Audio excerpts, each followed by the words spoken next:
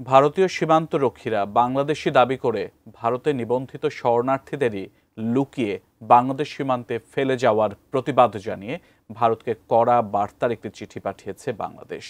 বিএসএফের এমন হীন আচরণে ক্ষুব্ধ প্রতিক্রিয়া জানিয়েছে বাংলাদেশি সীমান্তরক্ষীরা।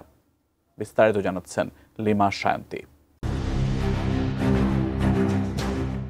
সম্প্রতি বাংলাদেশের বিভিন্ন সীমান্ত দিয়ে পুশ ইন করেছে ভারতের বিএসএফ। কয়েকবার বিজিবি টের পেয়ে বাধা দিলেও লুকিয়ে নির্জন স্থানে পুশ ইন অব্যাহত রেখেছে বিএসএফ। এ অবস্থায় বিষয়টি নিয়ে চলতি মাসের প্রথম সপ্তাহে পুশ ইনের প্রতিবাদ জানিয়ে ভারতের কাছে কূটনৈতিক পত্র দিয়েছে বাংলাদেশ। পত্রে অনতিবিলম্বে পুশ ইন বন্ধের অনুরোধ জানিয়ে ৯ মে এই চিঠি পাঠানো হয়েছে বলে কূটনৈতিক সূত্র থেকে জানা গেছে। ভারতের কাছে বাংলাদেশের পাঠানো এই চিঠিতে বলা হয়েছে, কোনো ব্যক্তির বাংলাদেশি নাগরিকত্বের বিষয়টি নিশ্চিত হওয়ার পর বিদ্যমান প্রক্রিয়া মেনে বাংলাদেশ তাদের ফেরত নেবে। এর ব্যত্যয় হলে দুই দেশের বোঝাপড়ার মধ্যে বিঘ্ন সৃষ্টি করবে। একইভাবে বলপূর্বক বাস্তুচ্যুত মিয়ানমারের নাগরিকদের বাংলাদেশের পরিবর্তে তাদের আদি নিবাস মিয়ানমারেই ভারতের ফেরত পাঠানো উচিত বলে চিঠিতে উল্লেখ করা হয়েছে। ১২ মে সচিবালয়ে স্বরাষ্ট্র উপদেষ্টা লেফটেন্যান্ট জেনারেল জাহাঙ্গীর আলম চৌধুরীর সভাপতিত্বে আইনশৃঙ্খলা সংক্রান্ত উপদেষ্টা পরিষদ কমিটির সভাতেও পুশ ইনের বিষয়টি উঠে আসে।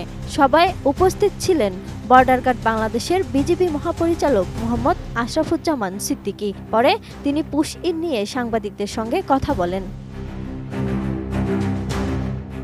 ঘটনার বর্ণনা দিতে গিয়ে বিজিবি মহাপরিচালক জানান, ৭ ও ৮ মে ভারতীয় সীমান্তরক্ষী বাহিনী বিএসএফ সীমান্তের যেসব জায়গায় জনবসতি নেই এবং যেসব জায়গায় লোকজন থাকে না এমন অবস্থার সুযোগ নিয়ে বাংলাদেশ সীমান্তের ভেতর ঢুকে অন্তত ২০২ জনকে সুন্দরবনের মান্দারবাড়িয়ার প্রত্যন্ত একটি চরে জোর করে ফেলে গেছেন ভারতীয় সীমান্তরক্ষীরা। এই ২০২ জনের বিষয়ে স্বরাষ্ট্র উপদেষ্টার নেতৃত্বে মন্ত্রণালয়ে বৈঠকে সিদ্ধান্ত হয়েছে। পুলিশ ও বিশেষ শাখার মাধ্যমে যাচাই করে যাদেরকে বাংলাদেশি পাওয়া গেছে তাদের প্রশাসনের মাধ্যমে নিজ নিজ এলাকায় ফেরত পাঠানোর বিষয়টি প্রক্রিয়াধীন আছে বলে উল্লেখ করেন বিজিবি মহাপরিচালক। টানা ৭ম-বারের মতো বেস্ট টিস্যু পেপার ব্র্যান্ড হিসেবে স্বীকৃতি পেয়েছে বসুন্ধরা টিস্যু। ভারত থেকে পুশ ইন করা ব্যক্তিদের মধ্যে রোহিঙ্গারাও রয়েছে বলে জানান তিনি। বিজিবি মহাপরিচালক বলেন, ৩৯ জন রোহিঙ্গা পাওয়া গেছে, যারা বাংলাদেশের বিভিন্ন আশ্রয় শিবিরে বল প্রয়োগে বাস্তুচ্যুত মিয়ানমার নাগরিক হিসেবে নিবন্ধিত ছিল। তাছাড়াও পুশ ইন করা ব্যক্তিদের মধ্যে যে রোহিঙ্গা পাওয়া গেছে তারা ভারতের নিবন্ধিত শরণার্থী।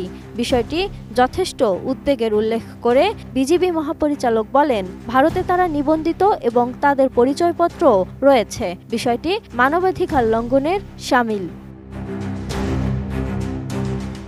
তিনি আরও জানান, পুরো বিষয়টি নিয়ে পতাকা বৈঠক হয়েছে। ভারতীয় কর্তৃপক্ষের সঙ্গে যোগাযোগের চেষ্টা হচ্ছে উল্লেখ করে বিজিবি মহাপরিচালক বলেন, পুশ ইন করা লোকগুলো যদি বাংলাদেশি হয় বাংলাদেশ তা গ্রহণ করবে, তবে সেটা অবশ্যই একটা আনুষ্ঠানিক প্রক্রিয়ার মাধ্যমে হতে হবে, এভাবে লুকোচুরি করে দেওয়ার মাধ্যমে নয়। Lima Sayanti, desk report, ATN news.